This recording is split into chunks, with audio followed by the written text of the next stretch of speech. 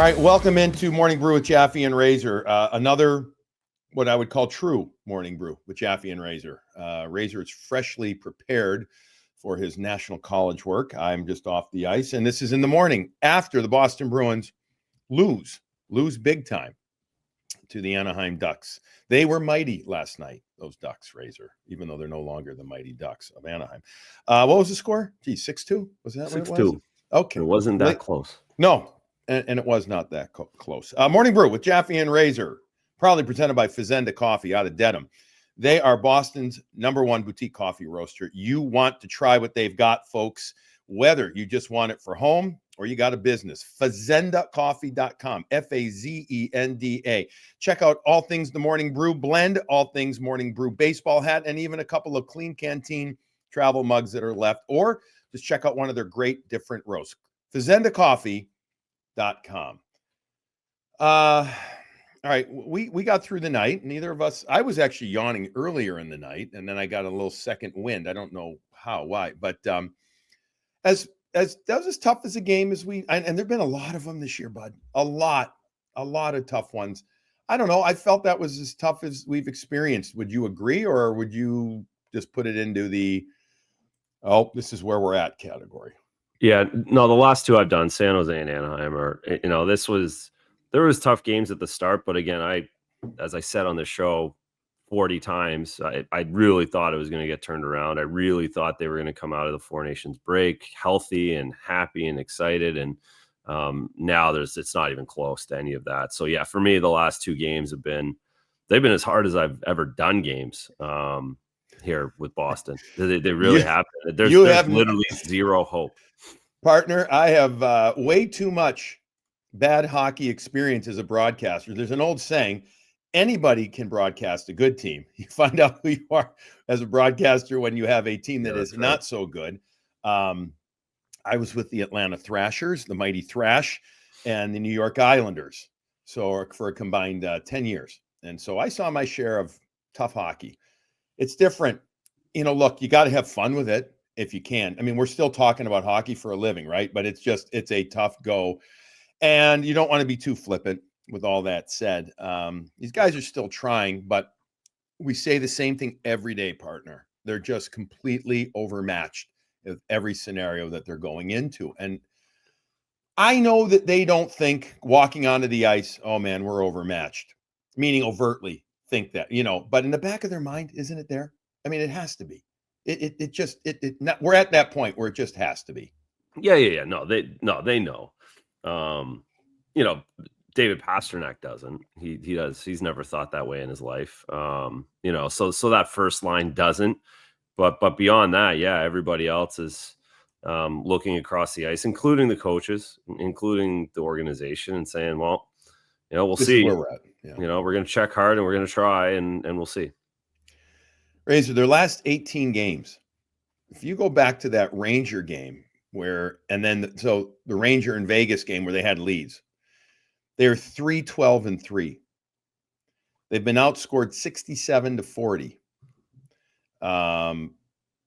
It's, right there. I mean, I think we had hoped, as you said, coming out of Four Nations, they'd have just enough. Coming out of both breaks this year, bud. Christmas break and Four Nations have been real kind of watershed moments for this team. There's just like you said, the realization. And I mean, I don't even know, quite honestly, where to go with this one, because we can talk Jonas Korpisalo, because he was great in the first 35 minutes, 37 minutes. He was fantastic. We are not breaking down the game. Nobody wants to hear us break down the game on this one. No. But was he the only thing in the game that was good? I think so, right? Yeah. And listen, this goes to Swayman too, in a little indirectly, but the goalie numbers are going to be horrible this year, because this is going to happen a couple more times, where you might forget how good he was because of the bad goal at the end of the second. Right. But that's all accumulation. When all those pucks are going at the net, when there's chaos and down the middle, like you just lose focus and you don't feel like you're in the game, and those pucks go in. So So the goalie numbers are going to be bad this year. Of course, a lot of that is on Swayman. Almost all of it's on Swayman.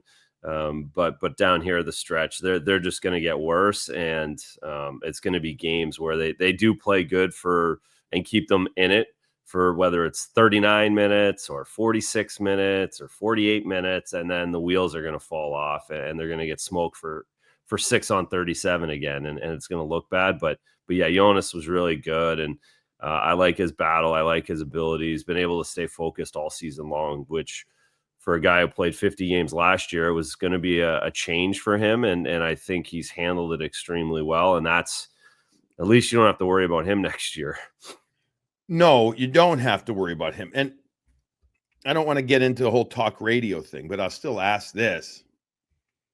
Do you think that his play has elevated his status as a possible trade person for the Bruins, given, first of all, Bruins already had some of his salary retained. He could be retained again if need be. And I am not looking to get rid of him. I'm just saying, how much do you think his play, attitude, etc., has reestablished his value in the National Hockey League? Because after last year, let's be honest, it wasn't considered high.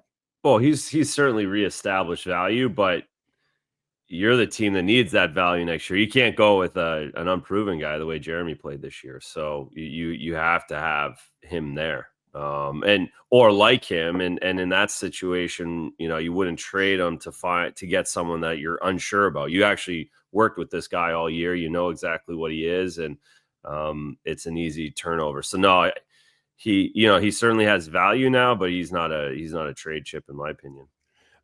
I think he's going to get some looks, especially, again, if the Bruins can take the attitude of, or some listens, I should say, the attitude of, maybe they can, what is he at 3 now? He was at 4. He's now at 3. Yeah. If they retain a little, he's down to 2.5. I mean, I do not want to lose him. But on the other hand, if you can fill him with something else, and I know what you're saying about the way Sway's played, but then you even open up more space or you create more value. Just saying, I'm in one of those everything's on the table mode again. He's not untouchable. If he needs to be part of a deal that gets you what you need, I just don't, like straight up, he's not gonna.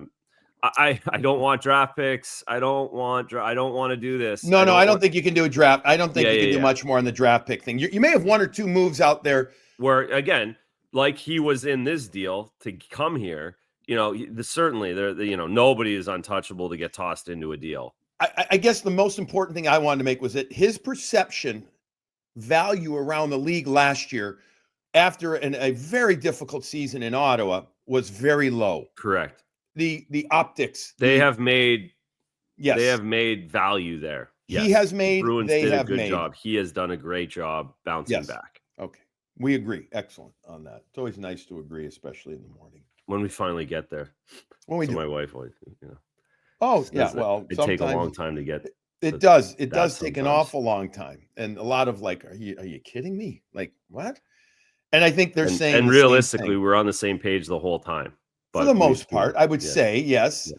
We get a lot of you're not listening to what I'm saying. So, no, I'm actually listening to what you're saying. I'm saying it this way. Well, why are you saying it if I already said it? Yes, that's right. That's a weird way to say it. Yeah. Who does that? I get that all the time. Yeah, who does that? You're looking at him. That's who does it. Yeah, exactly. 25 years. Right. Is this new? Let's see. I know we talked about him the other day. Fabian Lysell.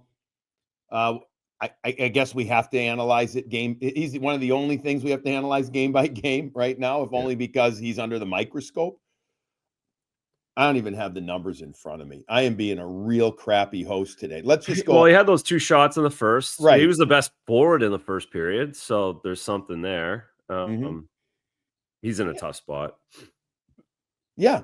There was a couple of plays where he did not get the puck out. Yeah, that's right too. I forgot about those. And he threw it to middle ice. The coaches didn't. There was a shift in the first period where 2 plays didn't get out because of him, and then he didn't really make a great play on the change that allowed Anaheim back. Like, those are little things that that coaches really nitpick on young guys. You know, like that's what they're talking about: wall battles and defensive Yep. IQ. And so you know, again, if he can, that's why you need him in the lineup, because he needs to have a play like that where you show him and you now sit back and see if he adjusts. You sit back and see if he can figure those plays out by the end of the year. It's the reality. It's just the reality. His every shift, the minutia of his game is under the radar. But how much now he's playing with good players right now, but how much does a losing environment, as difficult as the one as the Bruins are, and as you said last night, Bud, as quickly as this has happened, right? Which is really makes it even harder. How much do you give him any leeway, anything, given the situation that the team as a whole is in? Because in theory, not in theory, reality, it affects his play too, because of the way the other guys are playing. No, it does. It absolutely does. And you get, I would say you get a little bit of leeway, but this is why you always see, or a lot of times you see these great players come in that end up starting on good teams, because you end up having a few things go your way because of how good everything is around you. Yes. And you also, it's just a better vibe. Guys are more excited to help young guys. Guys are more willing to take a little bit longer time. Coaches are a lot more patient in different ways that they look at players, rather than right now. It's, you know, of course, like everything, when you're in a bad mood, it's, you know, you lash out easier, quicker, less of a fuse to until it blows up. So there's still, he's got more leeway than most guys do, than a veteran guy in this situation that's being evaluated. Mm-hmm. But you also in the NHL, and you also need to make stuff happen throughout this. Yeah. 13 minutes, a little over 13 minutes, 2 shots. Razor, you mentioned those. A couple of not so great plays too. Again, you notice his number enough, which is good. Yeah, there's 5 other forwards that I didn't notice the last 3 games that I've noticed him instead of, at least. So that's a good thing. Like, because again, he could easily just kind of get into the malaise of how bad everybody is and you not notice him. So that's saying something. One of those guys who, well, 2 guys were both -5 in the game, Pastrnak and Casey Middlestat. What I was going to talk about is Casey Middlestat. I feel like not noticing him as much lately. Would you agree with that? I didn't see him at all. Like, at least David I saw last night, good and bad, you know, like, and he's getting a pass for me. He is. If he goes -5 for 4 games, I think we talked about it on the show a couple weeks ago. Like, just so you guys know that David's going to check out here at some point, folks. Like, he's going to have a couple. I know we talked about it, actually. And this is it. This is the example of one of those games where he's just had enough. Dunzo. You know, it's just too much. But for Middlestat, he can't do that. He has not put enough currency in the bank to be nowhere to be found against a team like Anaheim. That's, you know, he's got to have a bounce back. So explain, I can talk about being on the road for a while, but explain what, because in particular with Pasta, somebody like that, being on the road for 2 days extra, you're in Anaheim, seems great, right? It's the weather's warm, it's beautiful, it's this, it's that, but yet you're sitting there, your team's going through a little bit something between Zadorov and Swayman. We're going to hit on that coming up, just the second phase of it. You're playing a team that has really nothing to gain except beating you, to be a little over. Like, they're happy being at 500, Anaheim. Yeah. They're like, this is freaking great. We're 20 points ahead of our pace from last year. And you've got a team who's miserable at being under 500 now in the Bruins, that are playing with such a depleted lineup and everything. And, you know, while you sit there and say they're pros, eventually it's the wear down, and everybody goes through it at their work at one point or another. They do. The difference is you're not being watched by 18,000 people, if they had that at Anaheim, or whatever, being criticized, so to speak, on podcasts on here, there, and everywhere, analyzed. It's a different thing. And you can say all you want. Well, he should just show up and all. I just think I think there's that inner tiredness of, I love this team. I love these guys. I love playing hockey, but I don't have it as you said, I don't have the energy right now to do everything I need to do on my own. Well, that's it. He's done it on his own the entire season. That's the thing. All the good players that are going to the playoffs right now have 3, 4 other safety valves on their team where you don't notice when they don't have a good game because the other guys pick up the slack and they get 3 or 4 goals. And like, what's going on? Like, it's Geeky or it's Pasta scoring since the break. There's 7 or 8 guys that have 0 goals since February 22nd. There's 3 others that have 1. There's 4 others that have 2, and that's it. And then David and Geeky have 8 and 6. So it's just what's been put on David's plate is noticeable in a game like last night, where if he doesn't have it, then there's nobody else picking up the slack, and it's not even like another line can pick up the slack, let alone one other individual. Take us into the locker room at the NHL level. At the end of a season, when you know you're out, when you look around and you say, again, look, I love these guys. I love the jersey. I love the logo. But like, we're going into a game that it just feels, you don't have anywhere near that emotion. You need to find, as Bruce Cassidy would say, if you don't have your A game, you got to find your B game, right? Yeah. I mean, you just got to. Is that what it simply comes down to, Razor? I mean, what are the conversations like? I don't think guys are sitting there and saying, screw this or whatever. I don't think that, but it's like, okay, boys, here we go. Instead of effing right, boys, let's go. Yeah. You're preparing the exact same way, and you're getting up for it the same way. It's still the National League. You just really kind of want to stay in the game for a long time and hope. Like, there's just more hope to it. Mm-hmm. We talk about it all the time. Good teams, the Boston Bruins, knew they were going to win.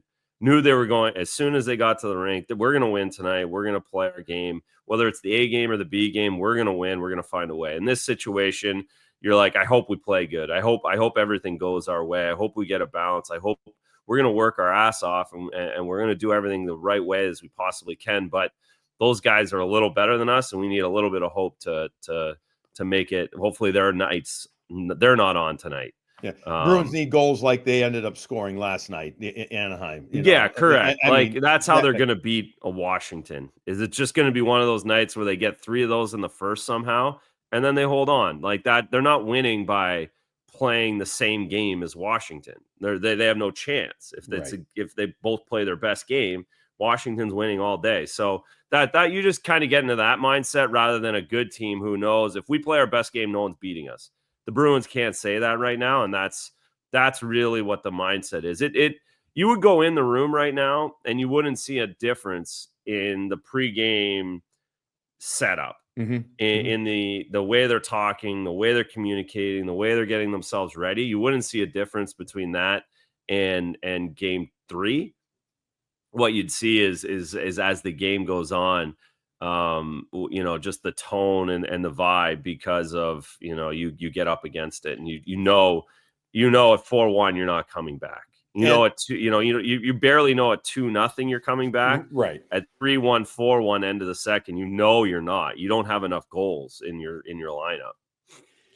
Yeah, and I think it was last night talking about, or maybe it's last show, there's this other thing too. You're as one of these guys, and whatever level you're playing at, when you're thinking about the end of the season, the finite end of the season, unlike the 16 teams that will be in the playoffs and the others that are chasing, right? You know what I mean? There's teams that are on the bubble.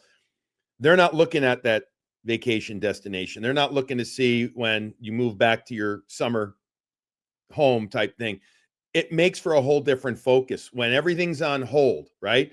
When you've got when you got legit hope, you're like, hey, I'm not worried about taking a golf trip. I'm worried about round 1 when that's going to start April 20th or whatever the date is, 18th. You know what I mean? It's a whole different. So the mind leads the body. That's the other thing, though. That's, there is an element of, I know when this is ending now. And that's different than saying, can't wait to start playoffs. Oh yeah. I mean, when you're playing for game 83, it's a different league. It's a different game. It's completely different. It's why you play the game. Literally, it's what That's now you're like, man, we're gonna miss it, and we've played 82 games, and it feels kind of for naught. And yeah, that does again that of course your mind's just different. It's just it's just different. Yep. Let's mention our sponsors here, and then we got a couple of other things, and then Razor's going to get his self over to the studio, talk a little NCAA men's hockey.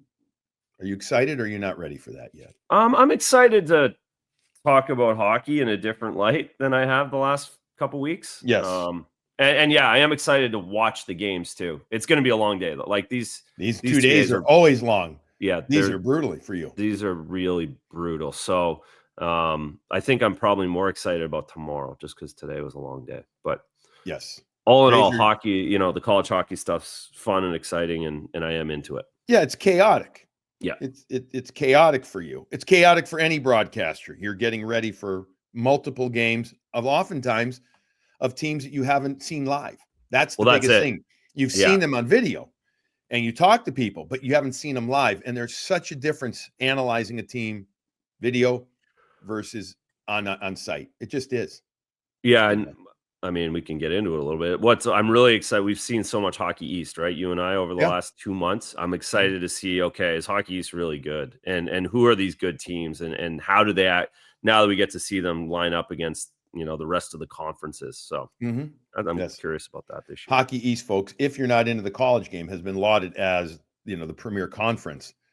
They have the number 1 seed again in Boston College. BC did not make it to the Garden for the Hockey East Finals championship weekend. Let's see if they can rebound. One champion in our world is Graciano Construction. We've got a couple of that are. We really appreciate all of our sponsors. Graciano has been with us all season long, and we love him for that. There's nothing that Graciano Construction can't do. Reach out to Doug and his crew at gracianoconstruction.com or call them 508-330-7589 to discuss what you're looking for, serving Boston, the greater Metro West area. And you know what? I've known Doug to do projects even a little further away. They'll help you refresh and revitalize your space. They are the type of contractor that comes up with something creative almost all the time. Hey, I didn't think about that little this or that. And you know what? Doug and his brother Andre and the rest of the crew do phenomenal to work with. Go check out gracianoconstruction.com. I made a mistake last night. Razor, what time do you remember what time you revved up the jet engine of the Prius to leave? Do you remember? Yeah, it was 1:10, 1:15. Okay, 1:10, 1:15, Razor and I leaving, and Sophia was there. Welcome back to Sophia. We are leaving, and what I should have done is brought my Sunset Lake CBD with me. I should have done that, either the little tincture, the little vial, or I should have brought one of my gummies that have become my good friend. Yeah. Say hello to my little friend, and I should have taken it right there. So when I get home in 12 minutes, I'm starting to not feel it. You know what I mean? Next thing you know, 20 minutes later, done. Yeah. It still worked beautifully. First thing I did when I got home, like, I got to take it. So because I don't sleep well, folks, I either use the Good Night one, or they also have one with melatonin. They got 2 different brands or 2 different blends, both in gummies and in the tinctures. They're outstanding, but they've also got products if you got sore joints, sore muscles. Sunset Lake CBD, they grow, harvest, and ship all of its craft CBD directly to your door from their farm in northern Vermont. They are awesome people. Skip the lines of going out and check out sunsetlakecbd.com. Use the code BRU20 for 20% off your entire order. And your order's over $75, they will ship to you stuff for free. They can do that. Go on their website. It's very user-friendly. I've told you, Razor, and I've told you about how also their packaging is beautiful. Their customer service is great. So they got products like gummies, like tinctures, like topicals. They've got everything. Check it out, sunsetlakecbd.com. The other place to check out, RTN Realty. Chris Gentile and his staff are phenomenal. And I've screwed this up. I will fully admit I haven't put the logos up or anything, but we're giving them love here. Yeah. Sorry, guys. I'm trying to produce too, and everybody knows that that's a fiasco for me. RTN Realty is not a fiasco. They are just fantastic at what they do. Chris Gentile, reach out to him, 617-835-0845. Real estate market is ever changing. And right now we're in spring real estate. I know he's helped some people out that I know well. Check Chris Gentile and his staff out. See Gentile at rtnrealty.com or call him at 617-835-0845. All right. Let's talk about the kind of the second part of Zadorov Swayman. It's the situation that arose after the LA game. Zadorov on, what today? Thursday. So he came out on Tuesday, right? After practice, talking, readdressing it. In fact, he came out, he talked about it there, saying, I'm paraphrasing, that, the question happens right after a bad loss, an embarrassing loss, wasn't expecting it, wasn't directed personally at Swayman, or at least totally at, it was more of a caught him off guard. Maybe he didn't process it as well. And he admitted, he's like, okay, it's a little good media lesson. He called Swayman. He said they talked about it. I think they said they're all good. When it's all said and done, is this something that you think has been moved on from now? We have not heard from Jeremy Swayman again, Razor, since then. Or is this something that, that we've moved on from or needs to be more addressed? No, I don't think so. I think it'll be, listen, it's part of the frustration of this end of the year. If somebody is upset, they might be upset for another week or 10 days or when the season ends, but this isn't something that will linger forever. Well, it can't. If there is something there, it can't. It can't. That's the other thing. It just there is. Yeah. So no, I can't imagine anybody. I don't understand why it's a deal. Anyways, again, I understand why you have to deal with the media, and I understand why you have to address it, and I understand how you have to go publicly. But this is far from.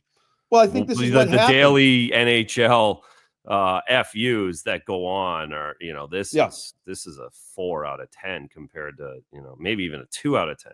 I would say this, but this is what happens when your team is grasping exactly. And by the way, the question wasn't the way that it was presented. I hope I say this clearly.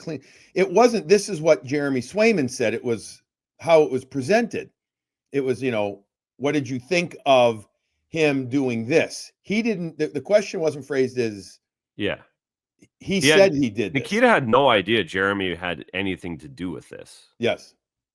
He just thought it was a weird question at a weird time and answered it improperly. That's how I see all of it, Yeah. I how much from your days, especially with even on forget unbelievable teams, but okay teams, but especially with the bad teams, how much experience did you have in locker rooms that got frayed, or did they not? Were you lucky in that sense? No, they don't get. I was in enough bad locker room, like bad, a couple of these teams. I had 2 of these years exactly where we were, one where we were in the playoffs at All-Star break and it just fell apart, exactly like this. And I don't think we didn't really fray, but you were just annoyed with the people you didn't like, much more so. So you just stayed away from those guys. You weren't close as a group because there was a couple guys people didn't like and you just kind of stayed away, or they really gave up. That's really the big thing. If guys give up, you don't have time for someone like that. So no, it just frays more because it's annoying. You're in a bad mood. We just talked about it at the start. You're just in a bad mood every day right now, and so any little thing that happens, it 2X's. Again, I always say this, Razor, and we'll wrap this one up. Sports, pro sports in particular, when it's all said and done, it's just like another company. It's just a business. It just happens to be an emotionally a business that people are emotionally invested in because it's fun and it makes people feel good, right? Or feel real bad. And so, who doesn't love their favorite sports team? And so everything gets analyzed and whatever. But when everybody's had bad runs at work with, they get frustrated with coworkers. It doesn't mean they can't work together. It's all that stuff. I'm not saying that is what's happening here. I'm just mentioning about how teams I think anybody who's played on a team sport knows this too. It doesn't always have to be perfect. You just got to figure out how to make things work too. Oh, exactly. Exactly. So no, that's again, well, something will happen. We had to deal with this for a couple days. They had to deal with it a couple games. So something will happen on Saturday night. They'll get back when Ovi's Tuesday, and that's the narrative. Then it completely flips. All right, quick questions we got from a few people. They're almost all of them are about John Tortorella. Recently, this morning, has stepped down as head coach. Slept down / agreed to. I don't know the exact term. Right. Regardless, doesn't surprise me at all. Razor. We've been hearing about this. Some people said, could Torts come to the Bruins type of thing, but it's all about coaching. I think like a lot of other things, everything is going to be on the table as far as coaching. Who's going to be available? I don't see John Tortorella as a head coach option for this team moving into next season. Would you agree? Yeah, no, I don't see that mix isn't there. No. Okay. We both agree on that. All right. Well, freshly coiffed Razor is going to be heading to the studio. How far is it from your hotel? I'm just across the street, but I got to go get coffee and stuff. So I got a little running to do, and I got to be there in like half hour. So okay. Razor's going to head to folks. We're not doing a show after Saturday's game against Detroit, but we are doing a show after Tuesday's game against Washington. Saturday's game is on national television. Razor and I are not doing that game. Razor's working for the NCAA men's hockey tournament. I'll be hanging out with my family Saturday, and then Sunday heading to the NHL Network for a couple of days before we both come back for Tuesday's games. Bruins lose. They haven't won much. 3 games, just winning since that early February loss to the New York Rangers. More than that, though, Razor and I are just good to catch up. Folks, we will talk to you after Tuesday's game. Try and enjoy your coffee. Razor, you in particular, go out and enjoy the type of coffee, whatever coffee you want.